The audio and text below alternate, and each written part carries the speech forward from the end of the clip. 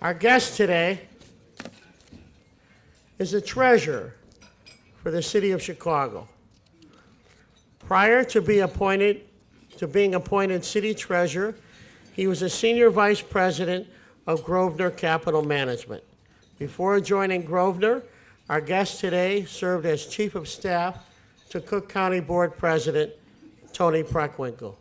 As chief of staff, he helped close a $487 million budget deficit while keeping the administration's promise to roll back the county sales tax, saving taxpayers more than $400 million. He is a graduate of Harvard Business School.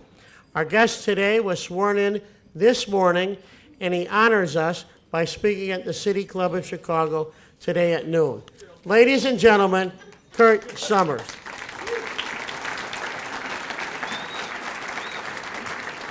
All right, there we go. Thank you. Have fun up there. Thanks, Jay, and thanks to the City Club for having me here. Can think of no better place to spend my first day on the job than here with you. I also want to recognize two other folks that were in the room. Senator Kwame Raoul, my senator, and my good friend Representative Will Davis. Where's Will? I saw him come in. There he is back there. And one of the reasons why I want to introduce them is that it's still kind of a weird thing for me to see this word honorable in front of my name. And these two men I've learned from for the last decade what that means and what it means to carry that, that title proudly and honorably. So thank you both for being here. And I want to thank Jay. I got to tell you guys a story. Jay, a couple years ago, took me to dinner with Wayne Whalen, and there's another person that was there. It'll come back to me. And We never tell. yeah, we won't tell. We won't tell. Yeah, Wayne did. Trust me. We never tell that either, Paul. He took me to dinner, and he and Wayne gave me a copy of the transcript for my grandfather's contribution to the Constitutional Convention in Illinois in 1970.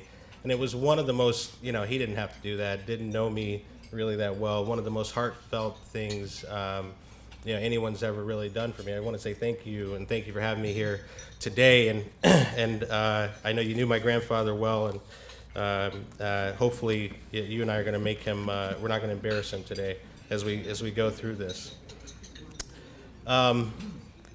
So it's been 19 days since my appointment was confirmed by the city council, and it's been busy. I've learned a lot of stories from a lot of people around Chicago. One of them I want to share with you. I met a dentist a couple weeks ago who built a practice. He's an entrepreneur, has invested hundreds of thousands of dollars in his business. He's a young man from Chicago. His business is in Woodlawn, and he wants to expand the business into Inglewood and Washington Park and back of the yards. And he's got a great idea as to how to do it. He wants to build a state-of-the-art, world-class mobile dental van.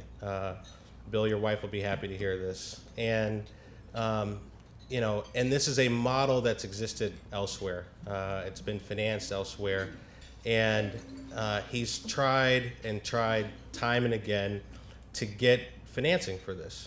Shown examples of where it's worked around the country, where it's worked even in Chicago. But the banks that he's approached, a lot of the banks that we do business with as a city, the banks that are happy to receive our deposits, the banks that are happy to receive our fees when they work on our municipal bond deals, haven't been able to wrap their heads around this concept. And he came to me in a meeting and he asked for help. And he said, is there anything that you can do to help these banks understand? Because, see, as I understand it, the guy who's making the decision doesn't live in Chicago. He's in an office on the East Coast, and he doesn't understand what I can do in these communities. He also hasn't met me, and he hasn't seen what the community needs are, and he's looking at a spreadsheet and an underwriting memo, but he hasn't seen what the support was. We had a rally for this clinic over in Inglewood because they want to have better oral care there. These are customers, and see, he can't see that looking at a spreadsheet. Can you help me?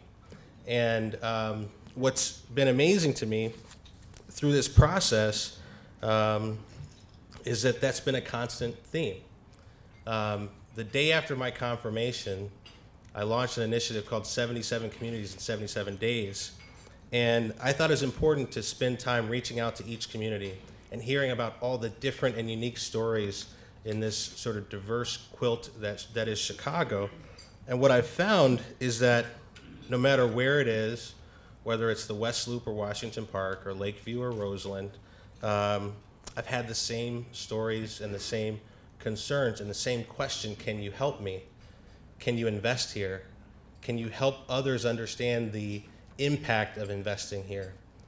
Because I don't think they understand the opportunity in this neighborhood. It doesn't matter what the neighborhood was, but the story is the same.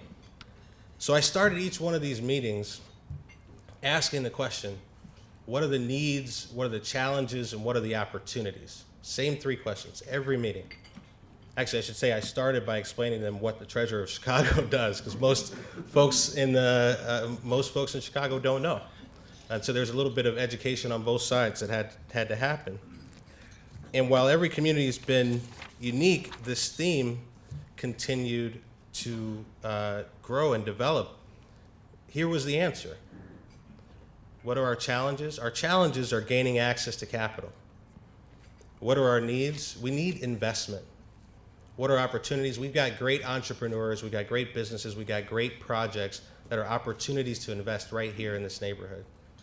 And we got some great news about the Central Business District and how it's grown in the last couple decades, which is fantastic for Chicago. But what I learned is that there's a constant theme in every community about the opportunity for growth and investment. In Lakeview, I sat and I met with heads of the chambers, I met with entrepreneurs, and this is one of the most developed, vibrant communities we have in our local economy. The theme was the same. The capital isn't here. Banks aren't lending. I can't grow and expand my business. This is in Lakeview.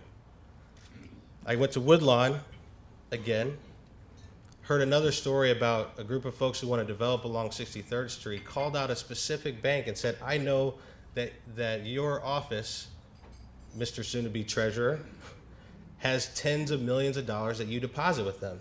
I also know that they did 3 of the last 7 bond deals. Now, why is it they can do that, but they can't see the investment opportunity on 63rd Street? What can you do about it? Can you help us?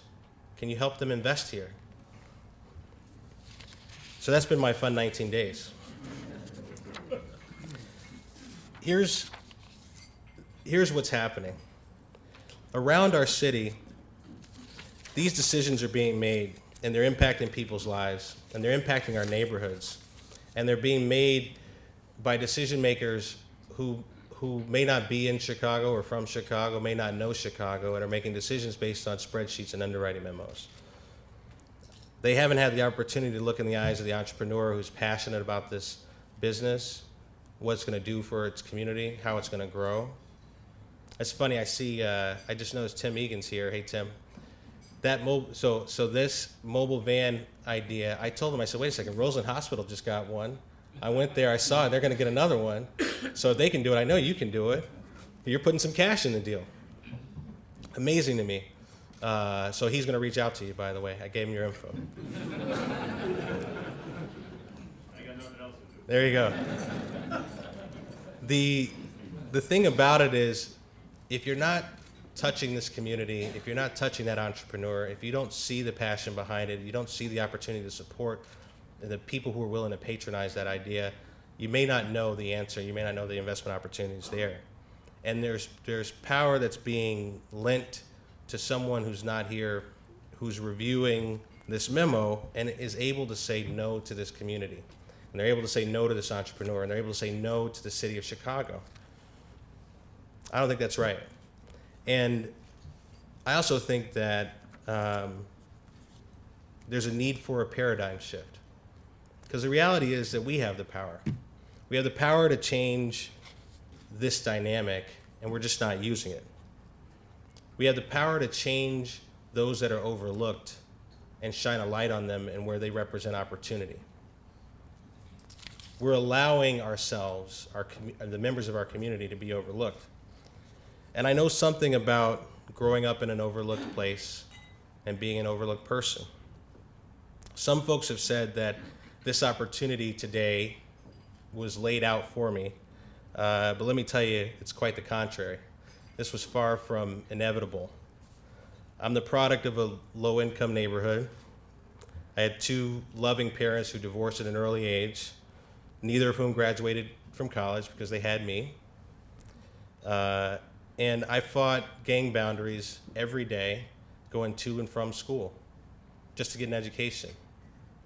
I faced every challenge and every temptation you might imagine a young person growing up in Chicago would face.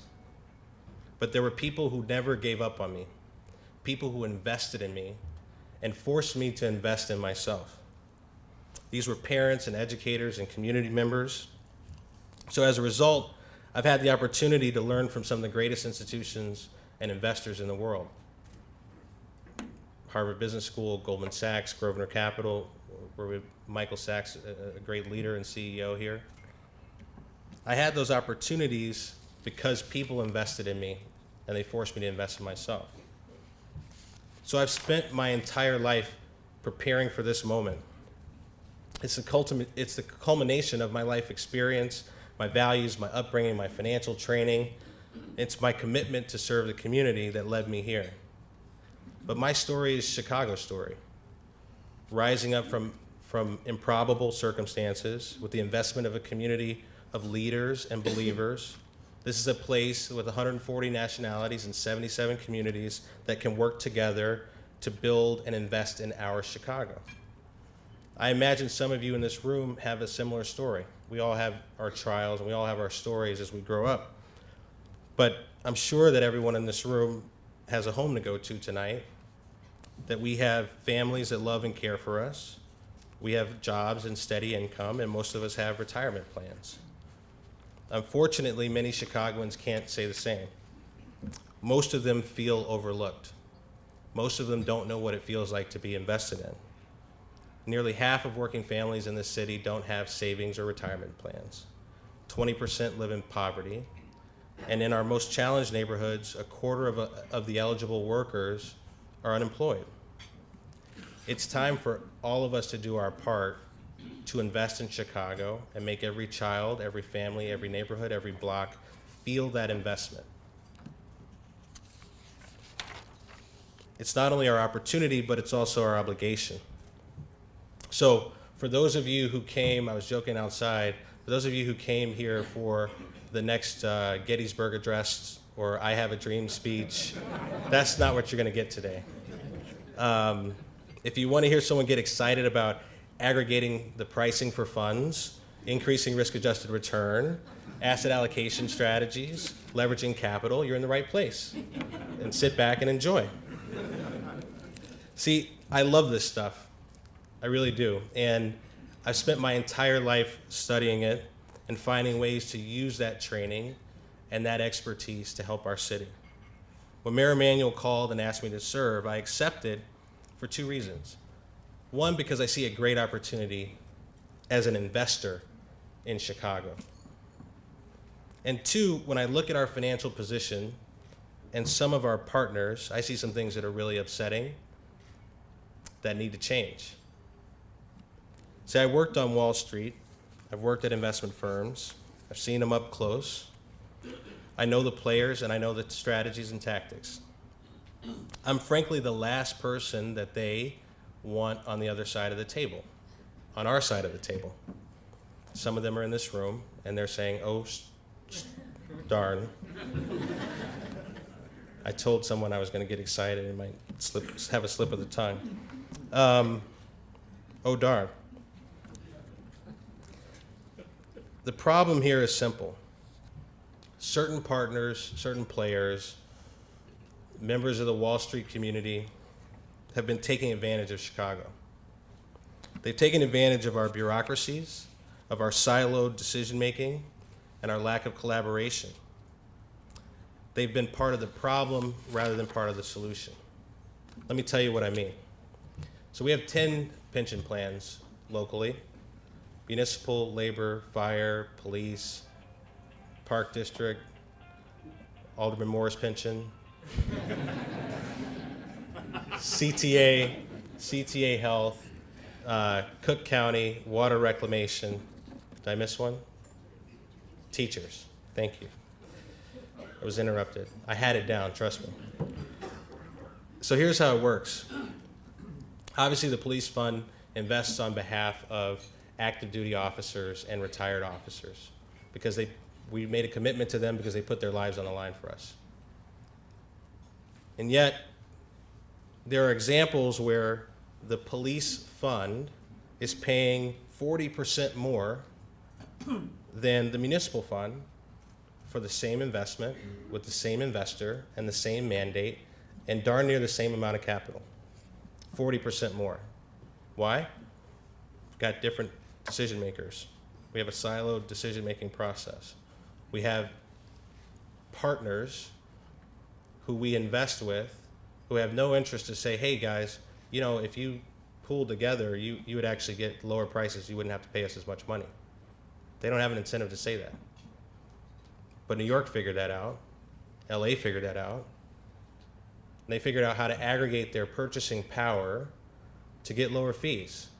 Not just to get the same fee that the next guy or gal or next plan got, but rather than say, you're a $25 million investor, you're a $50 million investor, you're a $125 million investor. No, there's one Chicago, and we're a $200 million investor.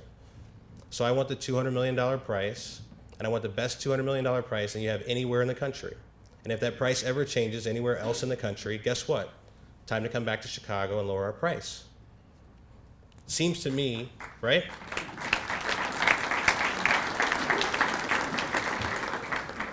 It is an outrage that this doesn't happen today.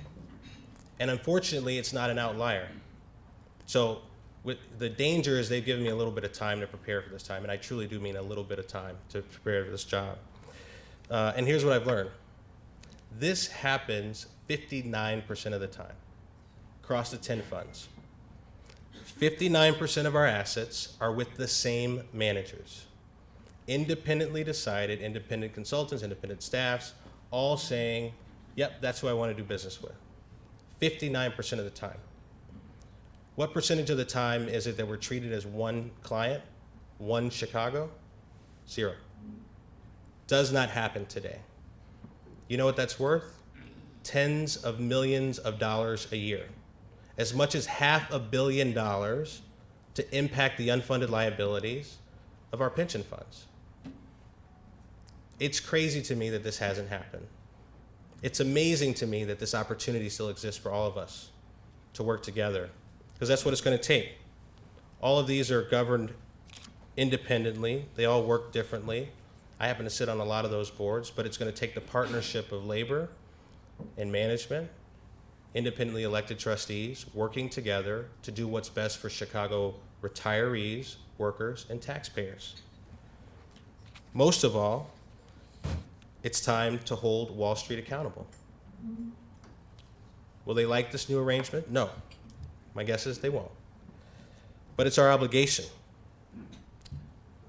How can we ask workers, how can we ask taxpayers to pay their fair share and have shared sacrifice, but we allow these firms to get more than their fair share? How can we make that ask of ourselves and of our community? It's not fair, and it's going to stop now. This move alone will have a tremendous impact, and every dollar that we save is another dollar that our workers can count on in investing in their retirement, or that we can invest in education for our kids or public safety for our neighborhoods. Let me tell you another problem that I've seen as I prepared to take this job. So much of our conversation, and even the conversation in the neighborhoods, are about our problems themselves. Fiscal deficit, unfunded liability, lack of resources. what would happen if we focus for a minute on what we do have? So between our local funds, we invest nearly $50 billion of capital. $50 billion of capital. What's that mean? That means that we're one of the 20 largest public plan investors in the country. That means we invest as much money as the third wealthiest American. That means that's the power and the influence that we can and should have. The question is, what can we do with it? So here's my belief. I'm a firm believer in the golden rule. He or she that has the gold makes the rules. And guess what? We've got the gold. So let's invest it. Let's invest it in our Chicago. We have the capital, the scale, the influence to make a real impact. Let's keep our commitment to principles while we pursue our interest in principle. By the way, what does it say to Chicago entrepreneurs and working families when we don't invest in them? When we take their capital, because it is theirs, and we seek to invest it anywhere else in the world but Chicago. By the same token, what does it say to the rest of the world when collectively one of the largest investors in the US is not investing in their hometown, doesn't believe that's a worthwhile investment? I don't think these are the things that we want to communicate to Chicago or to the rest of the world. I'll give you a couple of examples that I've learned in these travels of the impact that has on our communities and on our entrepreneurs. In the West Loop, we had a conversation with a bunch of entrepreneurs, and the founder of Eclipse Global Telecom was celebrating their 5th anniversary of being in Chicago, and they're at an inflection point. The founder was saying, I'm not from here. I don't have to be here. I can do this business anywhere. Why wouldn't I go to the coasts where the capital is calling for me, or it's asking for me? Why wouldn't I go to a better tax environment? Why wouldn't I go to a place where people are fighting for me and want to have me there? And it's not about grants, but it's about their investment capital, growth capital, equity capital. This is a decision, this is a fork in the road that many face, and we need to make it very easy for them. Let me give you an example of where it's been made easy and it's worked quite well. I've got another good friend who's an entrepreneur here, a guy named Chris Gladwin. Chris runs a company called CleverSafe, which is one of the most renowned startups in the country. They build the largest, most secure data systems for everyone from the Department of Homeland Security and Department of Defense to Apple and AT&T. And they're here in Chicago for 2 reasons. 1, because Chris has a commitment to Chicago. 2, because he had capital from Chicago entrepreneurs, from families that helped build Chicago, the Pritzkers, the Galvins, that were all behind him. It's that capital that helped him stay here when the capital from the West Coast was calling and said, please move your company here if you want to get the next series of financing. It's what kept him here and kept him employing engineers from IIT and U of I, kept him growing his office in downtown Chicago. That's what we need. In order to have that kind of outcome, we have to put our money where our mouth is. And we have the ability to do that. So in this office, we're going to implement a Chicago targeted investment program, where every day in every way, as part of our diversified portfolio, as part of my fiduciary obligation to you, we're going to look at investments in Chicago as we do anywhere else in the world. And it'll be a question that's asked in my office and every board that I sit on and every manager that invests with Chicago. We have to track it, we have to ask the question, and we have to provide a forum for it. Further, what I've learned is, in keeping with the golden rule, that when you have this kind of capital, people, as Jay told me to, or I think Eric said, you got a lot of new friends. People want to be your friend. So here's what I learned while I was at Grosvenor. We hosted a conference a couple months ago, it was amazing. We decided to host it in Chicago because Michael's a great civic leader and a great Chicagoan. We hosted a conference in Chicago. We had over 600 attendees from around the world. We had over $1.5 trillion of investment capital from around the world here. And it was here to look at investment opportunities, not focused in Chicago. This was a specific investment strategy to invest with small women and minority-owned managers. But why did they come? They came because Grosvenor's a big player. They came because Grosvenor invests a lot of capital. They came because the person that had the gold made the rules and said, guess what? If you enjoy our investments and you enjoy our fees and you think that we're good partners, let us have a conversation about this investment opportunity, this investment strategy, and let's talk about these funds here that we think are pretty darn good and we think you should take a look at too. One of those funds that was seeded by Grosvenor had 5 or 6 different investment conversations from all around the country just because they came to that conference. Now they're going to have one of the most successful hedge fund launches of 2014. All because we convened the capital here, because we have the gold and we made the rules. We need to do the same thing for Chicago. It's not rocket science. It's not some new idea. It works. It happens every day. It should be and can be working for us here. We owe it to the entrepreneurs and businesses across the city to shine a bright light on the opportunities in our neighborhoods and the entrepreneurial opportunities and ideas that they have. We have that ability. We just need to start walking the talk. Finally, this office has focused on financial education for CPS students for a very long time, and especially under Stephanie Neely. Not only do I want to make sure that every child in Chicago has a strong financial education, but we also need to expand it to the unbanked and underbanked adults and seniors on fixed incomes. And this includes, by the way, our workers and our retirees. So many things change for them every day. Negotiations around pension reform, status of where the city's debt is. It's $50,000 per household. How do I contemplate that when the median income's $47,000? We need to have a dedicated, targeted investment for adults and seniors, including our workers and retirees, to understand the dynamics of what's happening, especially around a change in retirement benefits. Look, I know these are ambitious and policies and goals, but the city of Chicago and its hardworking residents deserve a treasurer who is ambitious and dedicated as they are. Someone who's not afraid to sit across the table on your behalf and fight for your best interests. I will be a safeguard for Chicago's financial future. I will be our city's most trusted financial steward. I will focus on leveraging Chicago's vast economic power to increase investment in its residents, workers, businesses, and neighborhoods.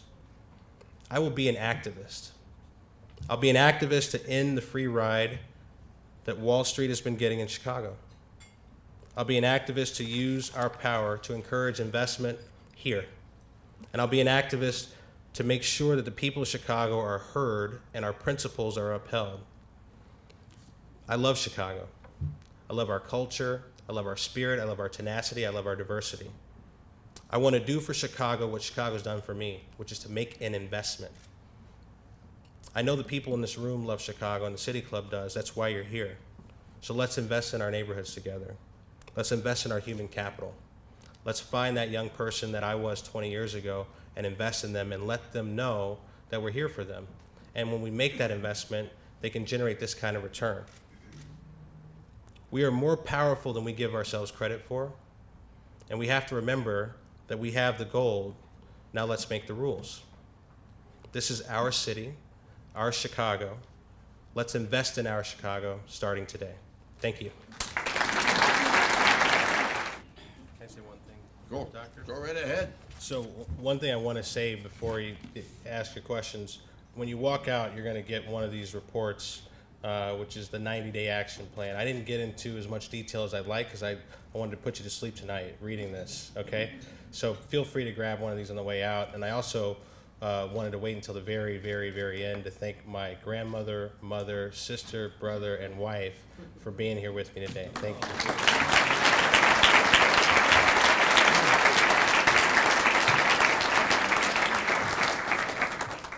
Well, Kurt, I don't know how to say this, but you've, well, a lot of people want to do business, but you're not going to ask you a toughie. I mean, Graham Grady asked the usual, where are you, Graham? Stand up. Back there somewhere. Your way up. Did you run out? There, yeah. With questions like this, you're lucky you're in the room. Cubs or Sox? Inquiring minds want to know. After that speech, this is the only question we get? Come on. It's been the same since I was 2 years old. Bears. It's a bad week. Bad year. Well, the professor has a question. Well, I'll tell you. It's like teaching class. You know, you don't... Yeah, no. Since some of us have spent most of our life studying in history of Chicago, and some of us have written about it, I am on record as saying that what the city faces now is the toughest crisis financially since the Great Depression.